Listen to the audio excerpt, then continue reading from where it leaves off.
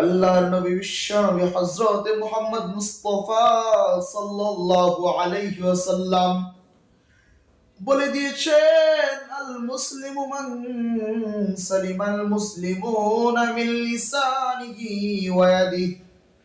খাঁটি মুসলমান ওই ব্যক্তি যার হাত ও মুখ হইতে অপর মুসলমান নিরাপদ থাকে। কিন্তু আজকে আমরা দেখি সুন্নি ভাই ওয়াহাবি ভাইয়ের সাথে লাগে, ওয়াহাবি ভাই আহলে হাদিসের সাথে লাগে। কারণ হচ্ছে একজন এক এক পন্থী।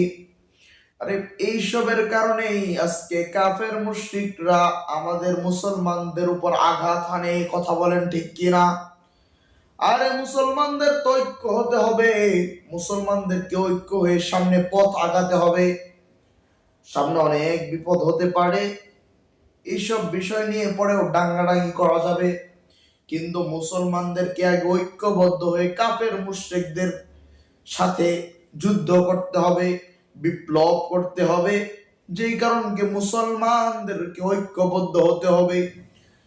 যদি এখন আমরা মুসলমানরা ঐক্য না হই, বাংলার জমিনে আগামী 50 বছরের মধ্যেও ইসলামী রাষ্ট্র কায়েম করা সম্ভব না। কথা বলেন ঠিক কিনা?